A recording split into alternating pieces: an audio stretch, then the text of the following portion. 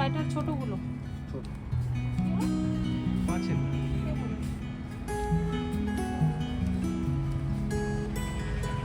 একটু শার্ট নিয়ে নিও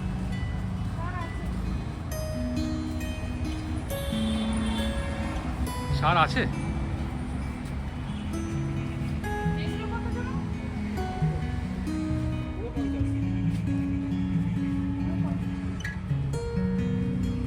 ওইগুলো তো মানি প্ল্যান্ট নয় না ওগুলো তো গোল্ডেন মানি প্ল্যান্টের মধ্যে মানি প্ল্যান্ট গোল্ডেন ওটা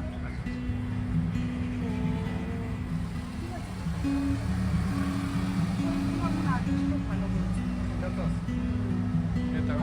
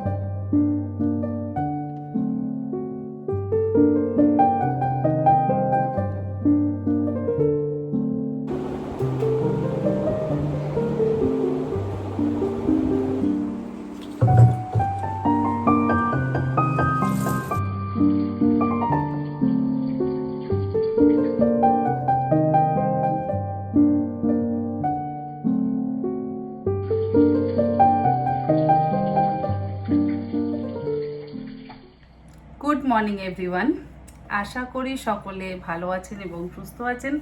আমরাও ভালো আছি। আর সকাল সকাল আবার ব্লগ ভিডিও শুরু করে দিয়েছি। সকালে উঠে মোটামুটি বেশ অনেক কাজ হয়ে গেল। আজ যেহেতু রবিবার, তাই বাজার যাওয়া তো একটা রুটিনের মধ্যেই পড়ে। আর রবিবারে না বেশ অনেক রকম মাছ পাওয়া যায়, সবজিও পাওয়া যায়। তো সেই জন্য রবিবারে একটু বাজার যাওয়ার চেষ্টা করি। এছাড়া সপ্তাহের মাঝে মানে মঙ্গলবার বা বৃহস্পতিবার তো অবশ্যই একবার করে অন্তত চক্কর দিয়ে আসি। আবার কখনো কখনো সন্ধেবেলাও আমি একটু বাজারে ঘুরে আসি। মানে বাজারে ঘুরতে আমার ভীষণ ভালো লাগে। আর ওই যে তরতাজা সবজিগুলো দেখতে পাই না, সেটা দেখতে আমার আরও বেশি ভালো লাগে। তো বাজার টাজার করা হয়ে গেছে। একটু আজকে মাটন আনলাম। আসলে বিকেলবেলা মাসুতো বোন রোহিত ওরা আসবে, তো নিরামিষ মাংস বানাবো। নিরামিষ মাংস মানে পেঁয়াজ রসুন ছাড়া, ওই আদা রাঁধুনি আর গোলমরিচ কাঁচা লঙ্কা দিয়ে খেতে অসম্ভব ভালো হয়। সাথে একটু টমেটো দেবো, আলু দেবো না। তবে রোহিত আবার মাংসে আলু খেতে ভারী পছন্দ করে, তাই জন্য একটু আলু দিলে ভালো হয়। তো এই সমস্ত কিছু করব। আর সাথে সাথে তো আরও অনেক কাজও আছে। ছেলের জন্য সকাল সকাল রুটিও করছি, মানে রুটি করা হয়ে গেল এক প্রস্ত। কাল রাত্রে আর রুটি যেহেতু করে দেওয়া হয়নি, ওই ভাত দিয়ে চিকেন দিয়ে খেয়েছে। আজকে তাই কথা দিয়েছিলাম যে রুটি করে দেব। আগে রবিবারগুলো বেশ একটু ধীরে সুস্থে কাটতো। ধীরে সুস্থে বলতে সারাটা সপ্তাহ একটা দৌড়দৌড়ির মধ্যে কাটতো। হাজব্যান্ডের অফিস যাওয়া, ছেলের স্কুল, তারপরে স্কুল থেকে ছেলের হলো কলেজ। এখন হাজব্যান্ডও বাইরে মানে রাঁচিতে, ছেলে স্কুল কলেজ সবই কমপ্লিট। তবে হাজব্যান্ড কখনোই মানে আমরা 2 বছর একসাথে থেকেছি। বম্বেতে যখন আমরা থাকতাম তখন আমরা 2 বছর একসাথে থাকতাম। হাজব্যান্ডের বরাবরই ট্যুরিং জব ছিল। আমি এক জায়গায় মানে আমি লখনৌতে, তো হাজব্যান্ড হয়তো 10-12 দিনের জন্য লখনৌতে আসতো, আর 15-20 দিন বা তার থেকে বেশি সময়ের জন্য থাকতো দিল্লিতে। তারপরে যখন দিল্লিতে গেলাম তখন আমি দিল্লিতে, হাজব্যান্ড থাকতো ব্যাঙ্গালোরে। জানি না কি আমাদের একটা সময় চলতো। মোটামুটি একাই ছেলেকে নিয়ে সব কিছু করতাম, একটা অন্যরকম দিনলিপি ছিল। আর এখন ছেলে অনেক বড় হয়ে গেছে, সেই সকাল সকাল উঠে পড়াতে বসানো বা সকালবেলা ব্রেকফাস্ট দেওয়া, দুপুরবেলা রান্না করা, তারপরে বিকেলবেলা হয়তো ওকে একটু কোথাও নিয়ে ঘুরে আসা, বা তা না হলে নিচে খেলতে নিয়ে যাওয়া, এই সমস্ত একটা আলাদা রুটিন ছিল। ছেলে বড় হওয়ার সাথে সাথে অনেক কিছু বদলে গেছে। তখন আমার কোনো ইউটিউব চ্যানেল ছিল না, আমাদের নিজেদেরও কোনো রকম সোশ্যাল মিডিয়া ছিল না, মানে ফেসবুক, হোয়াটসঅ্যাপ এই সমস্ত কিছু ছিল না। আমি অবশ্য যখন বম্বেতে তখন হোয়াটসঅ্যাপ শুরু হয়, আর যখন দিল্লিতে সেই সময় ফেসবুক শুরু হয়।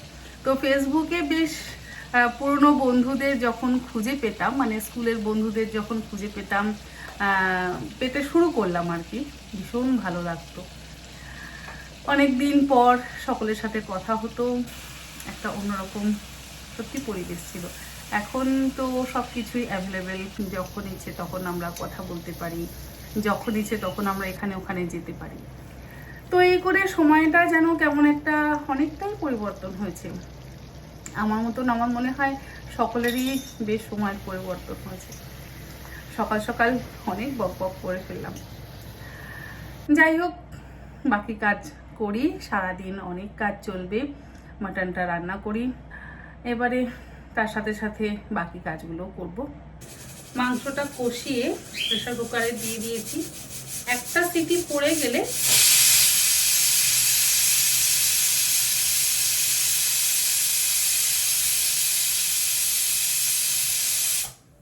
একটা সিটি হয়ে গেছে, এবারে গ্যাসের ফ্লেমটাকে লোতে করে দিলাম।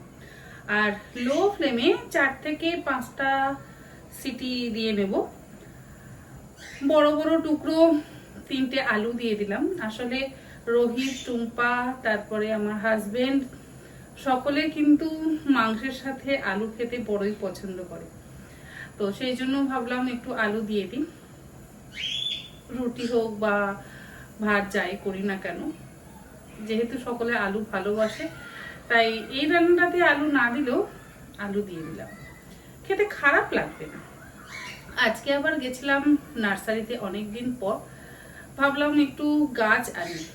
তবে ফুলের গাছ পছন্দ হলেও আনার মানে উপায় থাকে না, কারণ আমার যে দিকে ব্যালকনি সেটা হচ্ছে নর্থ সাইড, আর উত্তর দিকের ব্যালকনিতে না এতটুকু রোদ আসে না।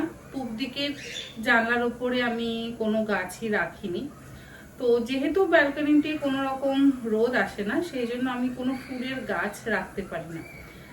3-4টে জবা ফুলের গাছ এনেছিলাম, সেগুলোকে নিচে দিয়ে দিয়েছি, একটা মরে গেছে আর বাকি 3টে রয়েছে। দেখা যাক সেগুলো বাঁচে কিনা। বেশ সুন্দর ফুল হচ্ছিল, একটা হলুদ, একটা লাল, একটা সাদা, আর একটা সাদা আর মেরুনের মধ্যে ছিল। খুব সুন্দর ছিল জবা ফুলগুলো, আর বেশ বড় বড় ফুল হতো। তো এই শীতকালের থেকে আমি আর সেরকম ভাবে যত্ন করতে পারিনি। মারা যখন এসেছিল একদম যত্ন করিনি, ওই কোনো রকমই জল দিতাম। তো গাছগুলো খুব একটা ভালো নেই, নিচে দিয়ে দিয়েছি, মালি আছে, মালি দেখভাল করবে। আর এই যে একটা একটা করে সিটি পড়ছে, এইভাবে কিন্তু মাংস একদম সুন্দর সেদ্ধ হয়ে যাবে। তবে যেহেতু বড় ওভেনে আছে, আমি না ছোট ওভেনে শিফট করে দেবো। ছোট ওভেনে শিফট করে দিলে তাহলে একটু ধীরে ধীরে মাংসটা সেদ্ধ হবে। আর দেখি কেউ মনে হয় এলো।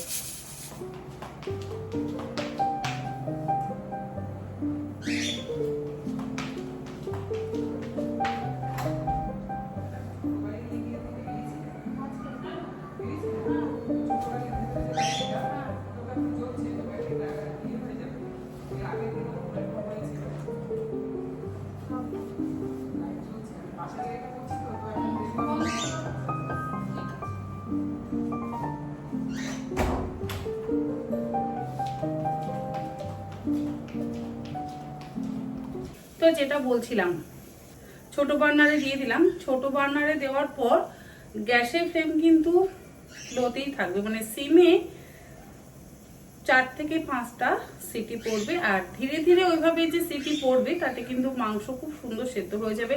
আলুগুলোও সেদ্ধ হবে সুন্দর, কিন্তু গোটা গোটা থাকবে, ভেঙে যাবে না। যে গাড়ি পরিষ্কার করে সে এসছিল। সকালবেলা আমরা নার্সারি গেছিলাম স্যান্ট্রোটা নিয়ে, আর হাজবেন্ড মনে হয় ভুল করে কিছু লাইট ফাইট অন করে দিয়ে চলে এসেছে, তো সেই জন্যই ও বলতে এলো যে গাড়ির ব্যাটারি তো ডিসচার্জ হয়ে যাবে। তো এইরকম ছোটখাটো ভুল টুল হয়েই যায়। হাজবেন্ড আজকে সকালেই এসছে, এখন ঘুমোচ্ছে।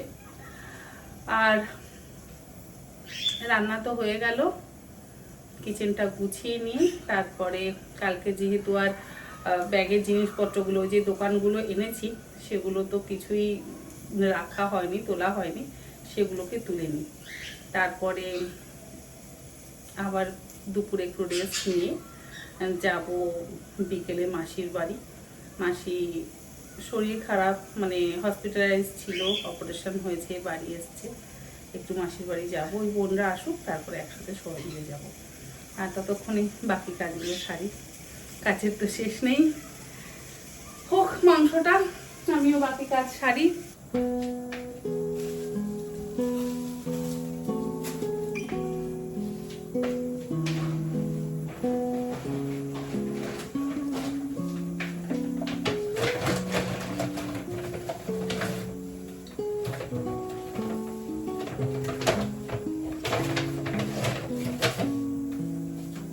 সবার আগে দেখাই আমাদের সব থেকে পছন্দের স্টারবাকসের কফি। গতকাল একটা খাওয়া হয়ে গেছে, মানে একটা ফ্লেভার খাওয়া হয়ে গেছে, আর একটা ফ্লেভার, 2-3 রকমের ফ্লেভার আনি, তো এবারে দুটো ফ্লেভারই এনেছি। আর এই যে আমাদের পেপার ব্যাগগুলো আমরা পাই না, সে বিগ বাস্কেট থেকে হোক বা অন্য যে কোনো জায়গা থেকে, আমি না এই পেপার ব্যাগগুলোকে ফেলি না, ভীষণ কাজে লাগে। যেমন ফ্রিজে সবজি রাখার জন্য এগুলো ব্যবহার করি। এই ঢেঁড়স, বেগুন বা ঝিঙে এগুলোর মধ্যে মুড়ে কিন্তু ফ্রিজে খুব সুন্দর রাখা যায়। অ্যাকচুয়ালি দেখবেন কখনো কখনো ফ্রিজ থেকে যদি আমরা সবজি বের করি তাহলে সবজির গায়ে একটা জল জলে ভাব হয়ে যায়। হয় কাপড়ে মুড়ে রাখলে ভালো হয়, আর তা না হলে খবরের কাগজ। আর খবরের কাগজ আমার মনে হয় ব্যবহার করবার প্রয়োজন নেই, যেহেতু আমাদের বাড়িতে এই পেপারের ব্যাগগুলো আসে। তো আমরা তো সকলেই জিনিসপত্র কিছু না কিছু কিনতে থাকি, তো এই পেপারের ব্যাগ কেটে কেটে আমরা সবজি মুড়ে মুড়ে কিন্তু রাখতে পারি। আমি রাখি এগুলো। আবার অনেক সময় আলু পেঁয়াজ যে ঝুড়িতে রাখি, যে বাস্কেটে আমার থাকে, সেখানেও আমি এই প্যাকেটগুলোকে কেটে কেটে রেখে দিই। আবার ফ্রিজের যে জায়গাতে আমরা সবজি রাখি সেই নিচের দিকটাতে আমি এই পেপার ব্যাগ পেতে রাখি।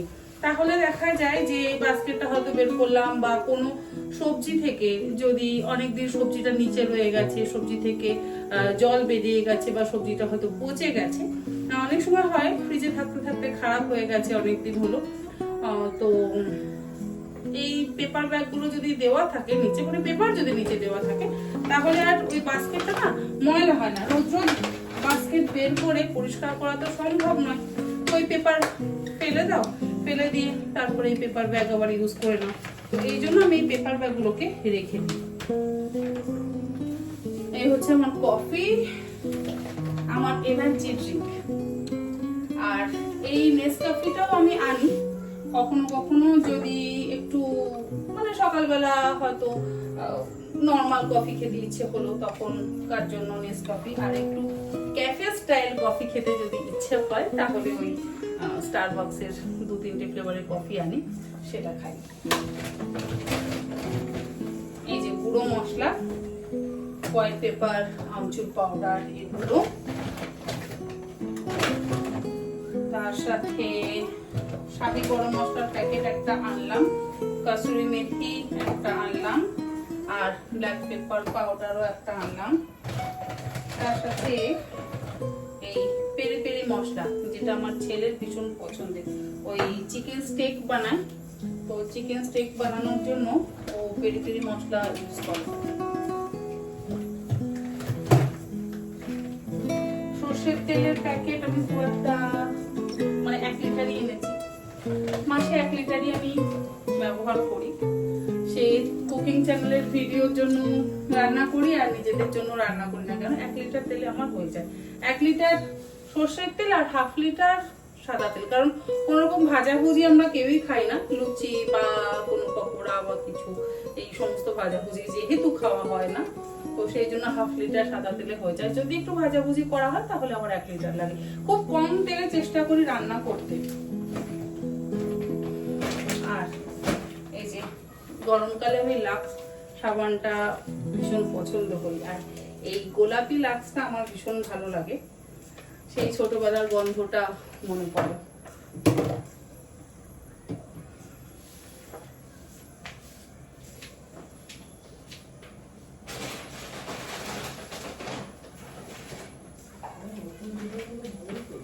বড় সড়ো একটা এরিয়ালের প্যাকেট, এটা না হলে রোজকার জামা কাপড় কাচা যাবে না, পরিষ্কার করা যাবে না। এই আর এই তিল আর মিছরির একটা ঘটনা, এটা আবার দিন 15-20 আগে আমি আর ছেলে দুজন মিলে গোড়া বাজার গেছি, তিল নিয়েছি 500, মিছরি 500, আর নিয়েছিলাম একটা চিনেবাদাম, রোস্টেড চিনেবাদামের প্যাকেট, আর নিয়েছিলাম 1 কেজি আখের গুড়। তো বাদামের প্যাকেটটা উঠিয়ে নিয়ে এসেছিলাম, বাকি 3টে জিনিস দোকানে রেখে দিয়ে চলে এসেছিলাম, পেমেন্ট করে দিয়েছিলাম। কিন্তু এই দোকানের দিদিগুলো এত ভালো, আমি 15-20 দিন পর গেলাম, পেয়ে গেলাম।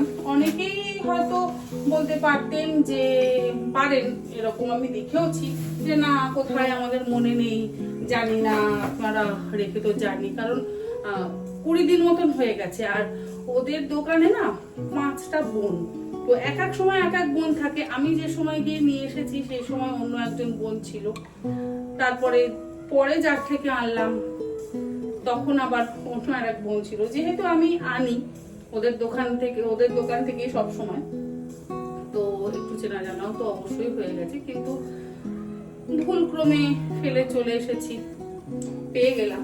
এই ছোটখাটো ভুল তো আমরা সকলেই করি, তো ওনারাও এত ভালো যে সমস্ত জিনিস কিন্তু আমাকে দিয়ে দিলেন, এতটুকু অবিশ্বাস উনি করেননি যে না আমি নিই। ভালো লাগলো। এই বিশ্বাস থাকলে সেই দোকানে আবারও যেতে ইচ্ছে হবে। মশলা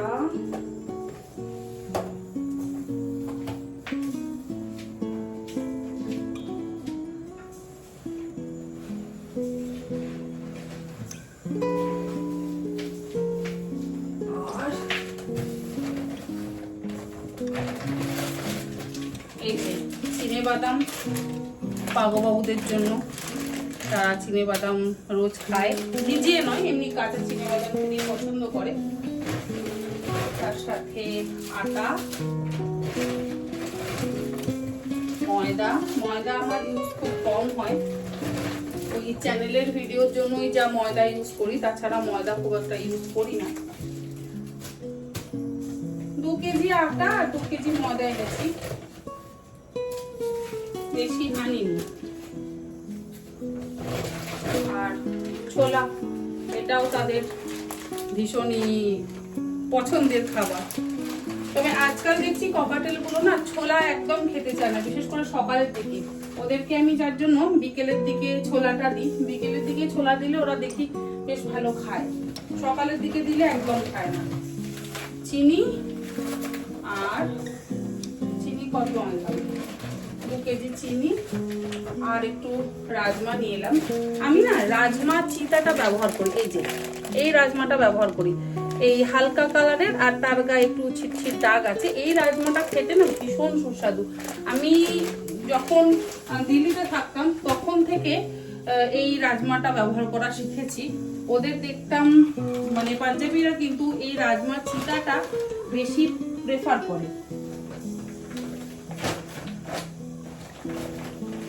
আর ওদের থেকেই আমার রাজমা ছোলে সমস্ত বানানো শেখা।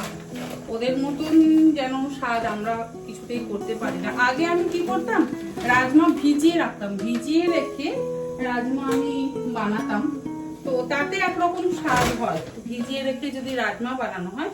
আর রাজমা যদি ডিরেক্ট সেদ্ধ করা হয়, ওই একটা পেঁয়াজ, একটু ছোট এলাচ, দারচিনি, লবঙ্গ দিয়ে আর লবণ দিয়ে, তাহলে না খুব সুন্দর খেতে হয়। আর তার যা টেস্ট, ওই রাজমা ভিজিয়ে রেখে না, মানে ভিজিয়ে রেখে রান্না করার কিন্তু টেস্ট পুরো আলাদা। তো সেই জন্য আমি রাজমা না ভিজিয়েই রান্না করি। আর এগুলো রেখে দিই, বড্ড খরমর খরমর আওয়াজ হচ্ছে। তো যেটা বলছিলাম, রাজমা না ভিজিয়ে রান্না করা, তো রাজমা না ভিজিয়ে রান্না করলে স্বাদটা ভীষণ ভালো হয়। ওই জলে ভালো